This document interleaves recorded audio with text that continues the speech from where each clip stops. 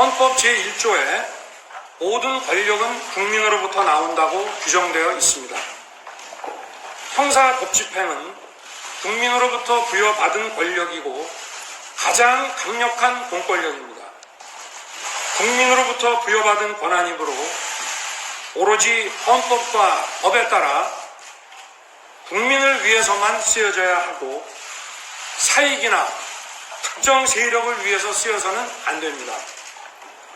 검찰에 요구되는 정치적 중립은 법집행 권한이 국민으로부터 나온다는 헌법 정신을 실천할 때 이루어지는 것입니다.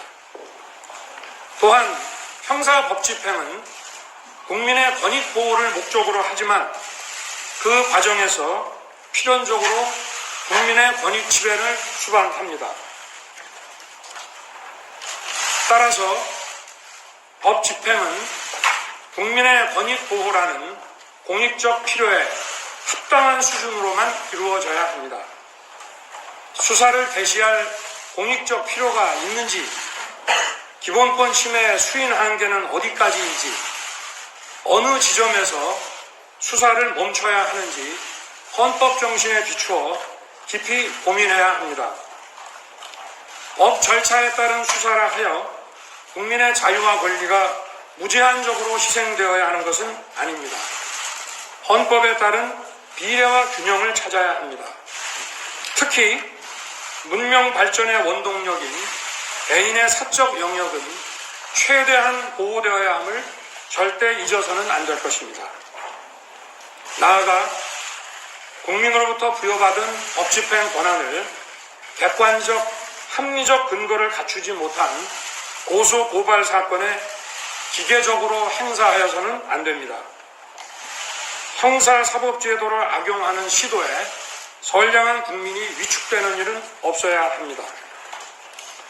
아울러 소추 이후에 법 적용에 오류가 발견되었다면 즉각 시정하여 잘못 기소된 국민이 형사재판의 부담에서 조속히 해방되도록 해야 합니다.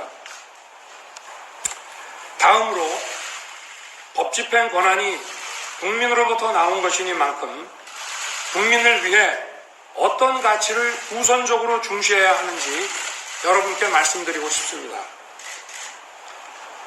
저는 우리가 형사법집행을 함에 있어 우선적으로 중시해야 하는 가치는 바로 공정한 경쟁 질서의 확립이라고 생각합니다. 공정한 경쟁이야말로 우리 헌법의 핵심 가치인 자유와 평등을 조화시키는 정의입니다. 특히 권력기관의 정치 선거 개입, 불법 자금 수수, 시장 교란 반칙 행위, 우월적 지위의 남용 등 정치 경제 분야에 공정한 경쟁 질서를 무너뜨리는 범죄에 대해서는 추호의 망설임도 없이 단호하게 대응해야 할 것입니다.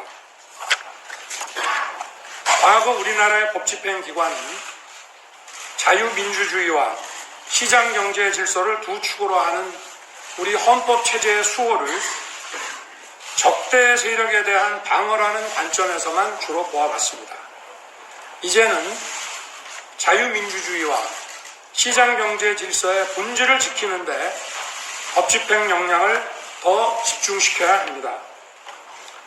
국민의 정치적 선택과 정치 활동의 자유가 권력과 자본의 개입에 의하여 방해받지 않고 모든 사람에게 풍요와 희망을 선사해야 할 시장기구가 경제적 강자의 농단에 의해 건강과 활력을 잃지 않도록 하는 것이 우리 헌법체제의 본질입니다.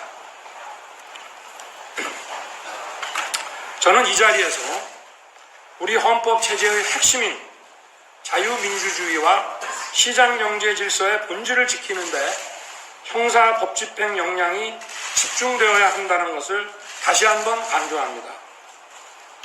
그리고 저는 여성, 아동과 사회적 약자를 상대로 한 범죄, 그리고 서민 다중에 대한 범죄 역시 우선적인 법집행 대상이 되어야 함을 강조하고 싶습니다.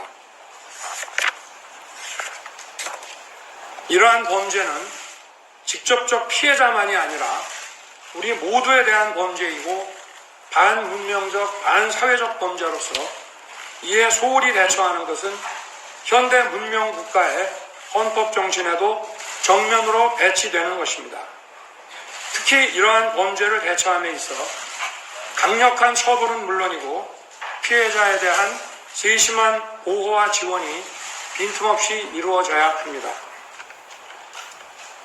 검찰 가족 여러분, 다시 한번 말씀드리지만 우리가 행사하는 형사법집행 권한은 국민으로부터 부여받은 것으로서 법집행의 범위와 방식, 지향점 모두 국민을 위하고 보호하는 데 있습니다. 그러기 위해서는 헌법 정신을 가슴에 새기고 국민의 말씀을 경청하며 국민의 사정을 살피고 국민의 생각에 공감하는 국민과 함께하는 자세로 법집행에 임해야 합니다. 그런 뜻에서 저는 여러분에게 경청하고 살피며 공감하는